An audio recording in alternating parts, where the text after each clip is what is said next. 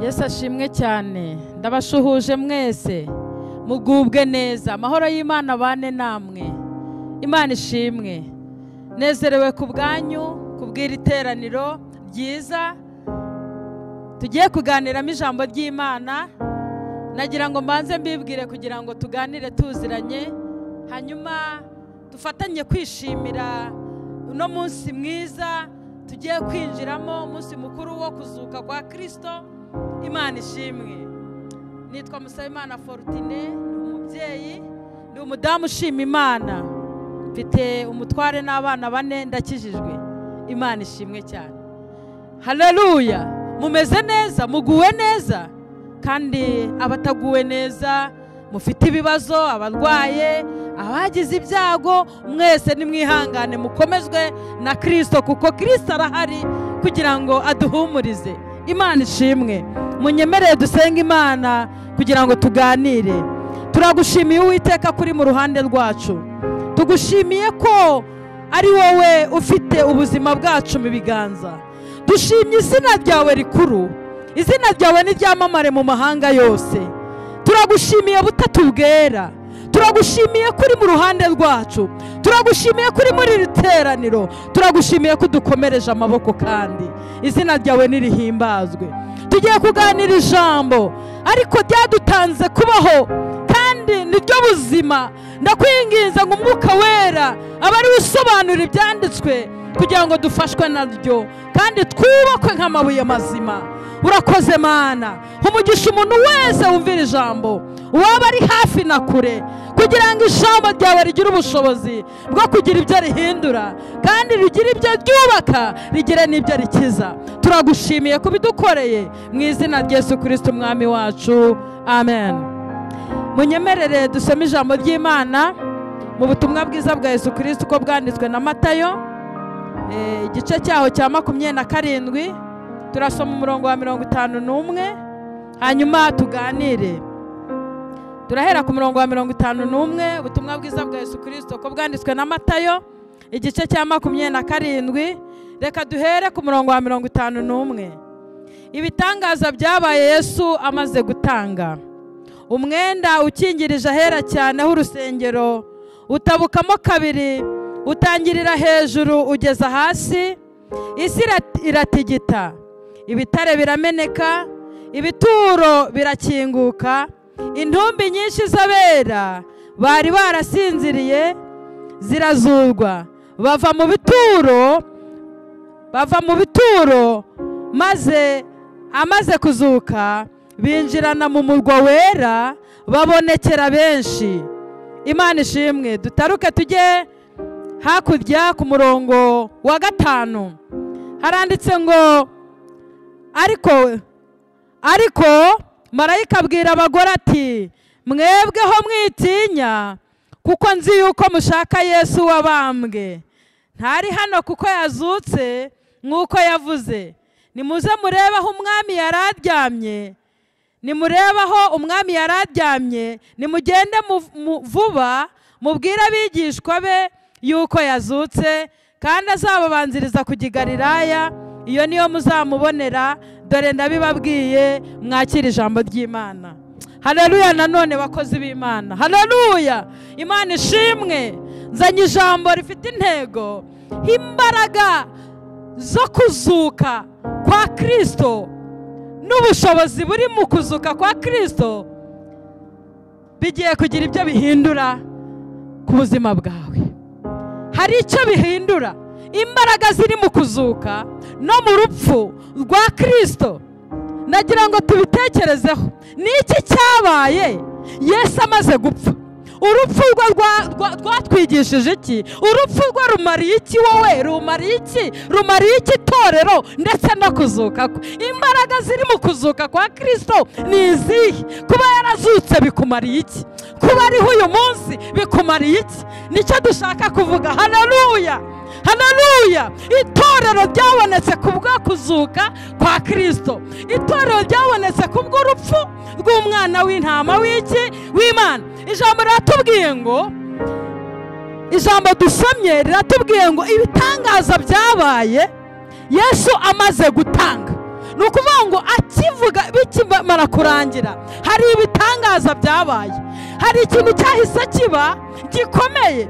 ijambo ratubwiye ngo umwenda ukingirije ahera h'urusengero watabutsemo kabiri. murabizi cyane isezerano rikuru ritwereka ko habagaho amategeko n'amabwiriza y'urusengero. hari ahera cyane, hari n'ahera, hari n'aho abantu bagomba guteranira iteraniro rusange.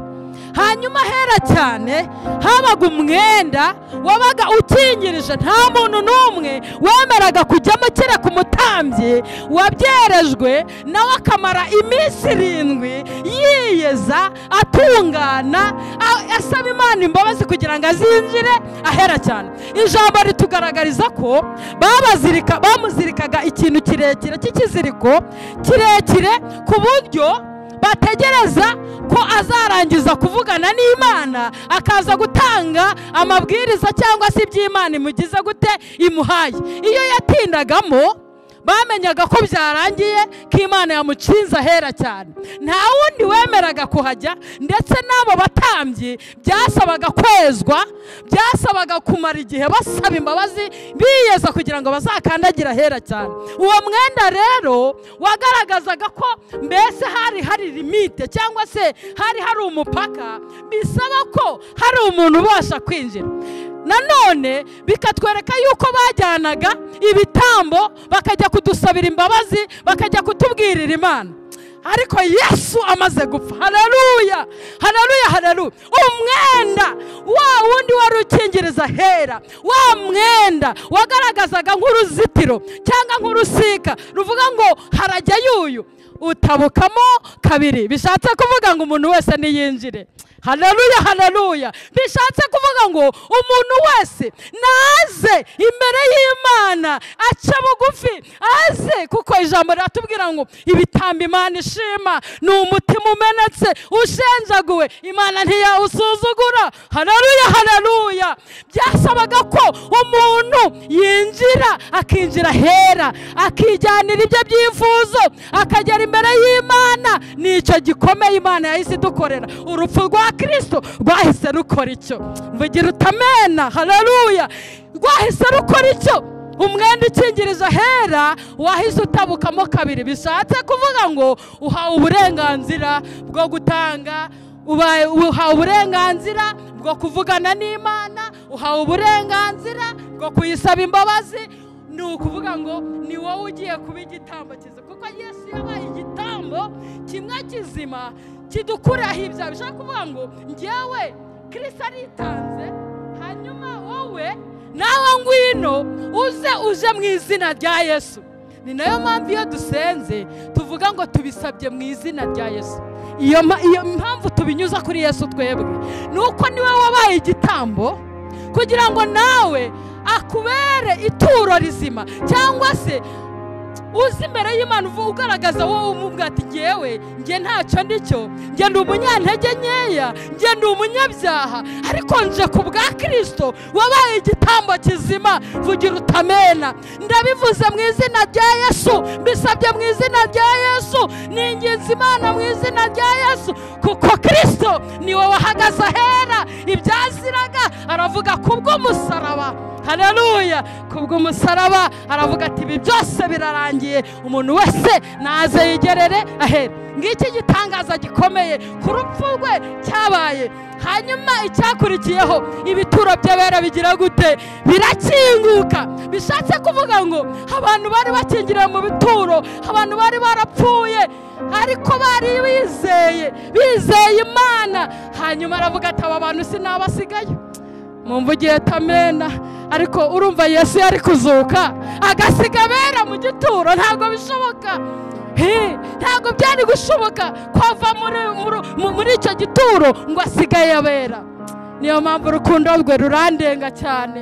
aba yumva atagusiga muri icyo gituro, aba yumva atagusiga aho hantu. niyo mpamvu urupfu rwe rufite ubushobozi bukomeye bwo kuguhindura, bwo kumpindura. Imana ishimwe, kuko urupfu rwe nirwo rudukura mu bituro, nirwo rudukura mu byaha, nirwo rutubatura, nirwo ruduha ubuzima, nirwo ruduha agakiza. mvugira utamina. haleluya haleluya haleluya. haleluya. Urupfu rwe rudukura mu bituro. Ntiyigeze ashima ko babera basigara mu gituro, ngo abapfuye abo bari abera barazuka bava mu bituro. Haleluya, haleluya, haleluya. Kristo iyo adapfa tuba turi hehe?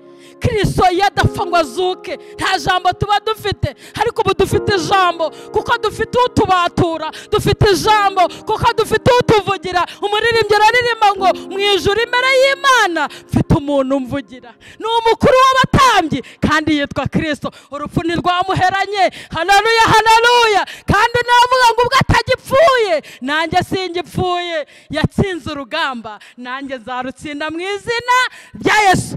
Haleluya. Biranezeza cyane iyo numvise izi imbaraga ziri mu rupfu rwe hakaza n'imbaraga ziri mu kuzuka. Imana ishimwe, Imana ihimbazwe. Ijambo ratubwira ngo akingurira abera bari mu bituro. Nagira ngo mbabwire ni ukuri, abantu benshi bakeneye ko Yesu abazura. Abantu benshi bakeneye kuva mu bituro. Yesu yigeze kubwira abantu, harababwira ati nyamara mugaragara inyuma ko muri abantu beza ariko mwarapfuye. Ijambo ritubwira muri Yohana mu byakozwe mu byahishuriwe Yohana igice cya 3, hari itorero rimwe ryahawe ubutumwa riravuga, Imana iraribwira ngo ugaragara yuko uriho nyamara uri intumbi. Imana itugiriye neza. Ibyo rero iyo umuntu abivuze, hari igihe umuntu atekereza ngo hari umuntu amubwiye nabi, ariko iyo turi mu byaha tuba twarapfuye, ariko kubw'umusaraba n'amaraso ya Yesu ibyo turazuka iyo twizeye umusaraba wa Kristo. Haleluya. Nkaba nshaka kukubwira nanjye ko hari amaraso abasha kukuzura, akakuvana mu byaha, akakuvana mu maganya, akakuvana mu rupfu. Twari dupfuye tuzize ibicumuro, ariko Yesu yaratuzuye. Aba Yesu yazuye mungirire mucya. Haleluya, haleluya. Yesu yaratuzuye. Twari dupfuye tutabasha no kwambara, tutazi n'uburyo bwo n'ubuzima, ibintu bimeze nabi, ariko Yesu aratuzura. Kuko Yesu ahageze, ayo maraso ahageze hazura umuntu. Hari upfa kubw'ibyaha, hari upfa kubw'ubutindi, hari upfa kubwo kutamenyekana, ariko ibyo byose akaza akakuzura, akakuvana ku cyavu, akakwicazanya n'iki n'ibikomangoma. Icyo gihe abakuzuye akuvanye mu rupfu, akuvanye mu kutamenyekana, akuvanye mu maganya, akuvanye mu ntimba, akakuzamura, akaguha ijambo. Niho umuririmbyi yuzuye umwuka aravuga ati zaburi bundirimo ndirimba ntago ari za Dawidi, ahubwo ndavuga zaburi y'ibyo Imana yagize gute, yankoreye. Haleluya. Iyo amaze kumwakira arakuzura, akakuzuza umwuka wera, akakuzuza imbaraga, akaguha n'ibyo ababyeyi bawe batagize gute, bataguhaye. Imana ishimwe. Twasomye rero noneho amaze kuzuka. Ibi byabaye akimara gutanga, ariko amaze kuzuka iminsi 3 irangiye ngo haba igishyitsi cyinshi. Hanyuma ibituro bigira gute, birakinguka. Ikintu cyanejeje, hari abadamu bagenzi banjye banejeje cyane, babyutse mu gitondo batitaye ku mbeho, batitaye ku byo bari buhure nabyo mu nzira, batitaye kuko bari bubavuge. Abadamu barazinduka, hariho Mariya Magadalena, bajya ku gituro, bajya kureba umwami Yesu. Bahageze barakubitanira n'umugabo, Imana yahashyizeho umumarayika urinze imva. Harangiza arababwira ati se mwebweho mwitinya, kuko nzi yuko mushaka Yesu wabambwe, ntari hano. Nimugende mujye kubwira bene data yuko yazutse. Haleluya, haleluya. Ijambo ryarambwiye ngo bamubonye ngo ameze nk'umurinzi w'agashyamba, nta n'uwamenya, arimo yigendera aho ngaho. Arabwira ati mugende mujye kubivuga, ariko mwebweho mwitinya. Haleluya. Umva ijambo ryiza. Abamaze kuzuka, abamaze kumwakira, ndababwiye ngo mwebweho mwitinya, kuko nzi yuko icyabazanye, igitumye muri imbere y'Imana, igitumye muri mu murimo, igitumye muyoboye, igituma muririmbira Imana, mwebweho nimwitinya, kuko nzi yuko muri kuvuga Yesu wabambwe. nimumvugire ati amena. Haleluya, haleluya. Mwebwe aho mwitinya, abantu mwaje gushaka Kristo mukamushaka mutamukurikiyeho imigati gusa nubwo ayitanga, ahubwo mumukurikiyeho ubuzima. Mwebwe aho mwitinya, kuko nzi yuko mushaka Yesu wabambwe. Ntari hano, ahubwo dore inshingano, nimugende mujye mu mahanga yose, mujye mu bakomeye n'aboroheje, mumubwire ko yazutse kandi azababanziriza kujya i Galilaya. Ubu twebwe ntatubwira kutubanziriza kujya i Galilaya, ari mu ijuru imbere ya Data, arimo aradusabira. Imana ishimwe. Ababyumva kimwe nkanjye mutere haleluya, mushima Imana. Rero Imana ishimwe cyane. Ndumva nezerewe ku bwanyu, mbabwira imbaraga z'umusaraba wa Kristo, mbabwira imbaraga zabonetse mu kuzuka kwe, kandi mbabwira ko urupfu rwe n'imbabazi no kuzuka kwe n'amaraso yamenye ari byo biduhesha ubuzima. Ntarangiza mbabwira ngo Yesu aje kugukura muri ibyo bituro, ntago yagusigamo. Nawe igituro yakigezemo, arabizi yuko uri mu gituro, kandi ibituro ni byinshi. Ni byinshi, reka mbikubwire, ni byinshi pe. Ubu hari uri mu gituro avuga ati jyewe, ubwo abandi bari burya inyama kuri Pasika, ubu ngubu nabona ikijumba arumva anezerewe Imana, arumva ibintu ari sawa. Rero hari igihe ugera ahantu ugasa nkaho wumva nawe uri mu gituro n'ukuri, ariko reka nkubwire, nawe byashoboka akaguhindura amazina, kuko n'imikati agira gute arayitanga. Hari n'abandi bari mu bituro kubera ibyaha byabatsikamyeho hejuru, ugasanga umuntu yishwe n'urumogi, umuntu yishwe n'amaganya, ibyamubayeho ntabasha kubyakira. Icyo ni igituro. Nje kukubwira ngo Yesu ntiyagusiga mu gituro, wowe umwemerere gusa, kuko umwenda ukingirije ahera waratabutse ngo umuntu wese yinjire. Nagira ngo nkubwire, uza gusuzuma ikintu cyose cyakubera nk'igituro, hanyuma uce bugufi ubwira Imana, uyibwije ukuri, uyibwire ati nahandi ndabona ari igituro, aha hantu ndi ndabona ari igituro, ariko ndagushimira ko wazutse, kandi ukuzuka kwawe kuri bumvane hano muri iki gituro. Mbese urabyizeye? Urabizi ko hari ibyaha byakubase, ubusambanyi bwarakubase. Reka inzoga, iyo utayinyweye ntago wumve ibintu ari sawa, ushobora no gusinzira kubera ko wakanyweye. N'itabi kugira ngo urireke, bamwe byarabananiye.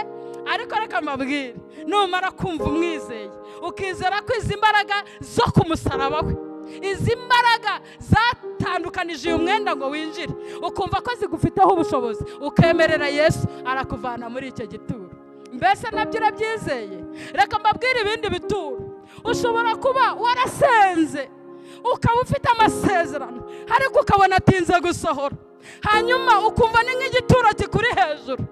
Ariko Yesu ageze ngo kwa Lazaro, hanyuma ngo yaramaze iminsi ine mu gituro, arangije aravuga ati nimubirindure igitare. Hanyuma bakuraho igitare, Lazaro agira gute? Arazuka. Ibyo bimeze nk'ibitare, ibyo bimeze nk'ibituro, Yesu nibyo aje kuzura. Hanyuma tukinjira mu munsi mukuru wo kunezererwa ko Kristo yazutse, hanyuma twese turi mu mwuka umwe kandi tunezerewe. Mbese murabyizeye? Twakire neza ijambo ry'Imana. Ndagushishikariza kwakira no kwemerera umwuka w'Imana, hanyuma akagira ibyo azura, kandi uburenganzira yaguhaye bwo kwinjira bukaguhesha kwinjira hera, kugira ngo uvugane n'iyera. Dusenga Imana.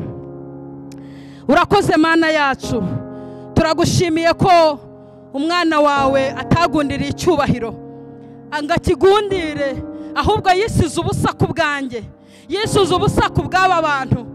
Ariko tumaze kumenya imbaraga zo kuzuka n'urupfu rwe.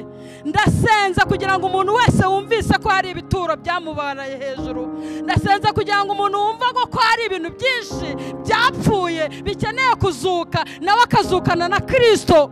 Ndasenza ngo umuntu wese iri jambo rigira icyo rihindura, kandi umwuka wera watanze azabirindura ibi bituro, atuvane muri ibi bituro kugira ngo tube bazima. Urakoze Mana, turagushimira uburenganzira watanze bwo kugira ngo umuntu wese agere ahera agusaba imbabazi. Niyo mpamvu dusabiye imbabazi abemeye izi mbabazi uzibagirire, kandi dusabiye imbabazi n'abatari kuzemera, kugira ngo nabo undi munsi bazahure nawe nk'uko wahuye n'umugabo witwa Sawuli, umucyo wawe ukamutungura, akavuga turinde mwamondenganya. ndashaka ko abantu twese twinjira muri Pasika twuzuye umwuka wera, abari bakingiraniwe mu bituro babaye bazima, abari bafite intimba bahumurijwe nawe, abari bafite uburwayi bakize mu izina rya Yesu. Urakoze Mana, urakoze mwana w'intama w'Imana, mwuka wera turagushimiye kubikoze mu izina rya Yesu, amen. Shalom shalom, mugubwe neza kandi muzagira iminsi mikuru myiza, Imana ibahe umugisha.